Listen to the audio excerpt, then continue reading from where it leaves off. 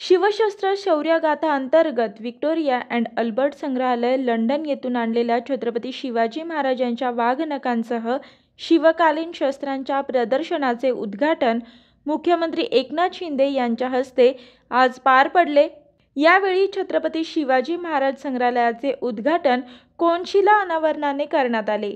शिवकालीन महाराष्ट्र हे भारताच्या इतिहासातील सोनेरी पान असून त्याचे जतन करणे सर्वांचे आद्य कर्तव्य आहे। 350 वर्षांपूर्वी मोगलांना नेस्तनाबूत करून शिवरायांनी पारतंत्र्य उखडून टाकले आणि हिंदवी स्वराज्याची स्थापना केली।